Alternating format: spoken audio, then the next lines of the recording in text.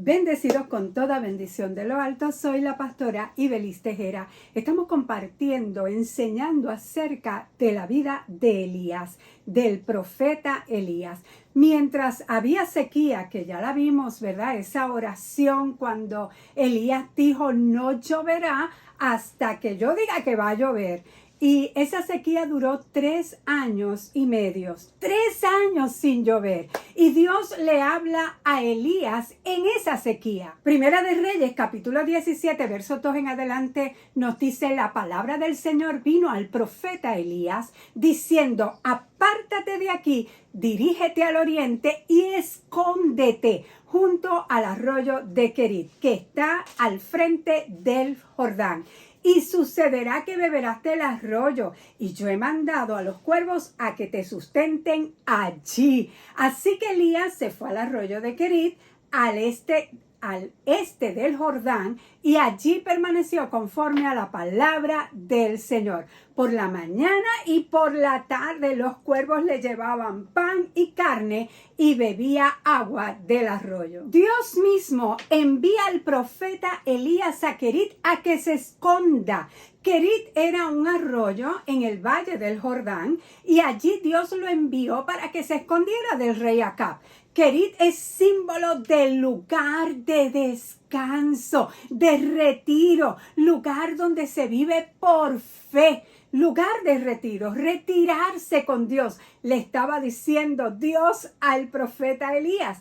En momentos difíciles, en momentos de crisis, es mejor apartarse con Dios, es mejor buscar el rostro de Dios que huir de Él. En momentos de crisis es cuando tú debes de apartarte y estar con Dios. Dios le dice a Elías, apártate, vete a un retiro espiritual, porque en momentos de dificultad, en momentos de crisis, Dios nos llama a apartarnos con Él, a que estemos en ese arroyo de Kerit. Y dice, yo he mandado a los cuervos que te den allí de comer. Otra versión dice, yo he ordenado a los cuervos. Dios le dio una orden a los cuervos de llevarle comida a Elías. Un cuervo es un ave que come carne de animales muertos. Y Dios usa a los cuervos para que le lleven comida a Elías. Sabes, de formas inusuales Dios te va a suplir. Los cuervos le traían pan y carne por la mañana y pan y carne por la tarde. Hay algunos historiadores, ¿verdad?, que dicen que no eran cuervos, sino que eran unos beduinos, ¿verdad?, quienes le llevaban carne y pan a Elías. Si Dios, ¿verdad?, esto es yo pensando, si Dios lo envía a esconderse allí en Kerit, creo que lo mejor es que nadie supiera dónde estaba Elías. Si Dios lo está enviando a que se esconda, ¿verdad? Así que prefiero creer que eran cuervos los que alimentaron a Elías. Si 2 osos defendieron a Eliseo, si los leones no se comieron a Daniel en el foso allí, si un burro le habló a Balaam y el gran pez, ¿verdad?, recibió la orden de vomitar a Jonás, ¿podrá usar Dios los cuervos? Claro que sí. Ahora, sean cuervos, o sean beduinos, o sean monos, vacas, lo que sea. Lo importante es que Dios cuidó de Elías en medio de la crisis. A Elías le estaba siguiendo la muerte, pero Dios lo escondió, Dios lo protegió y allí lo sustentó, allí lo alimentó. ¿Lo podrá hacer contigo? Claro que sí. Dios lo sustentó. No había agua, pero Elías tenía un arroyo para él. El Dios que protegió y alimentó a Elías es el mismo Dios al que le servimos, y el mismo que nos protege, nos alimenta, nos cuida y nos sustenta. Si Dios utiliza a los cuervos para traer carne y pan a Elías, ¿qué podrá hacer? ¿Qué podrá hacer Dios en medio de la crisis que tú puedes estar pasando para traerte el sustento, para traerte la solución que tú necesitas? Lo que te quiero decir es que prepárate para ver a Dios usando formas inusuales para bendecirte, para suplirte de donde menos tú esperas que llegue la bendición, de ahí va a llegar. De la manera que jamás pensaste que Dios te iba a suplir, así Dios te va a suplir. No te desanimes. no decaigas, que tu rostro ni tu alma se aflija. Confía en Dios, porque Él ya ha dado órdenes a los cuervos para que te sustenten en medio de la crisis que estás pasando. En medio de la crisis, Dios va a hacer milagros inusuales en tus finanzas, milagros inusuales en eso que tú necesitas. Los cuervos están de camino. Aleluya. Pero es tiempo de consagrarnos, de buscar el rostro de Dios. Es tiempo de meternos en su presencia a través de la oración, de la alabanza, a través de la lectura de su palabra. Es tiempo de buscar a Dios. Cuando vienen las crisis, es momento de salir corriendo, pero a querer al lugar de reposo, al lugar de estar con Dios. Porque las crisis son una oportunidad magnífica para arreglar el altar. No es momento de sentir temor, no es momento de deprimirse, es momento de usar nuestra fe. Más que usar nuestra fe como una herramienta para obtener lo que necesitamos, en realidad se trata de una relación con el Rey de Reyes, con el Rey invisible. No importa cuáles sean tus circunstancias, no te olvides que tienes a Dios que te provee todo lo que tú necesitas. Él tiene la manera de hacerlo. No te cuestiones cómo lo hará. Olvídate de eso. Lo importante es que lo hará. Luego de estar en el lugar de reposo, ¿verdad? Ya era tiempo entonces de continuar, levantarse y de continuar para seguir viendo milagros de provisión. Primera de Reyes, capítulo 17, en el verso 7 en adelante nos dice: algún tiempo después se secó el arroyo porque no había llovido en el país. Y es que era tiempo de moverse porque Dios quería ayudar a una viuda. Entonces la palabra del Señor vino a Elías con este mensaje: ve ahora a Sarepta de Sidón, permanece allí, a una viuda de ese lugar le he ordenado que te dé de comer. Dios ya había hablado con la viuda, había dado una orden a la viuda que le diera de comer al profeta. Así que Elías se fue a Sarepta de Sidón. Al llegar a la puerta de la ciudad, encontró una viuda. No es casualidad, esa era. Encontró una viuda que recogía leña. La llamó y le dijo: por favor, tráeme una vasija con un poco de agua para beber. Mientras ella iba por el agua, él volvió a llamarla y le pidió: tráeme también por favor un pedazo de pan.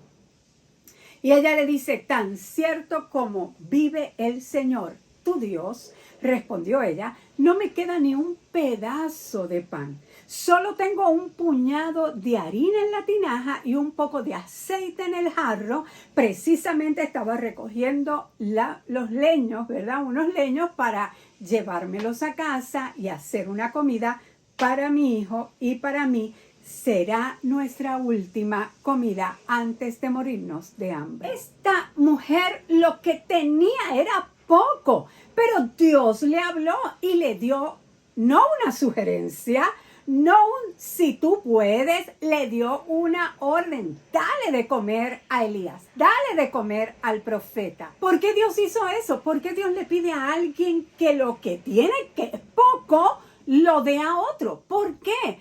Porque Dios la quería bendecir. Porque dando es que se recibe. Su obediencia a la orden que Dios le había dado era la activación de su provisión. Obediencia a Dios trae bendición. Él quería suplirle de una forma inusual. Y sigue diciendo: no temas, le dijo Elías, vuelve a casa, haz lo que pensabas hacer, pero antes prepárame un panecillo con lo que tienes y tráemelo. Luego haz para ti y para tu hijo. O sea, dame a mí primero. ¿Por qué Dios hace eso? ¿Por qué?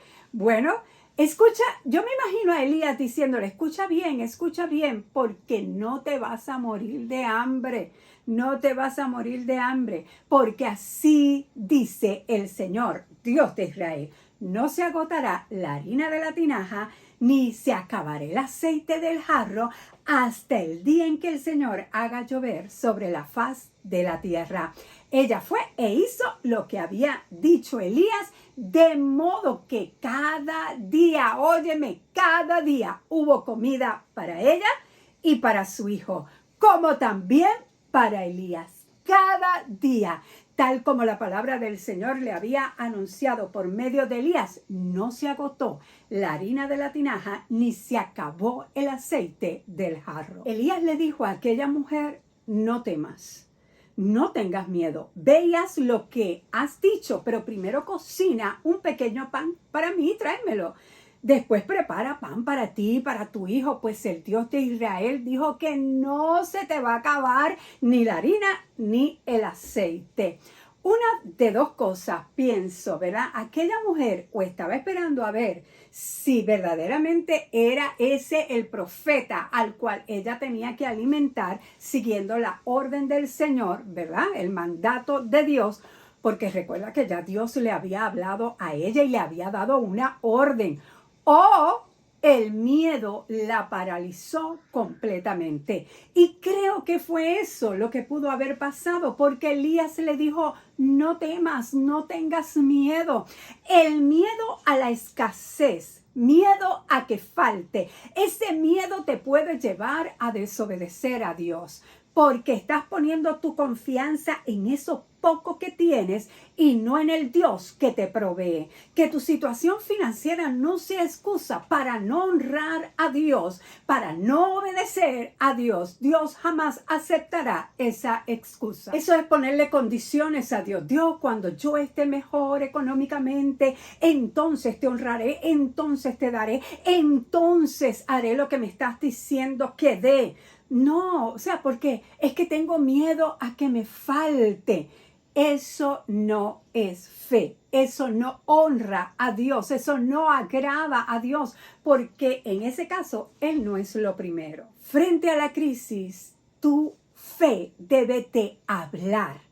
Y recuerdo las palabras en Habacuc capítulo 3 verso 17, que dice 17 al 19, aunque la higuera no dé fruto, ¿verdad? Ni en la viña produzca uvas, aunque la cosecha del olivo se dañe y los campos no produzcan alimento, aunque no haya ovejas en el corral ni vacas en el establo, así y todo yo me alegraré en el Señor, el Dios que me salva. Aleluya.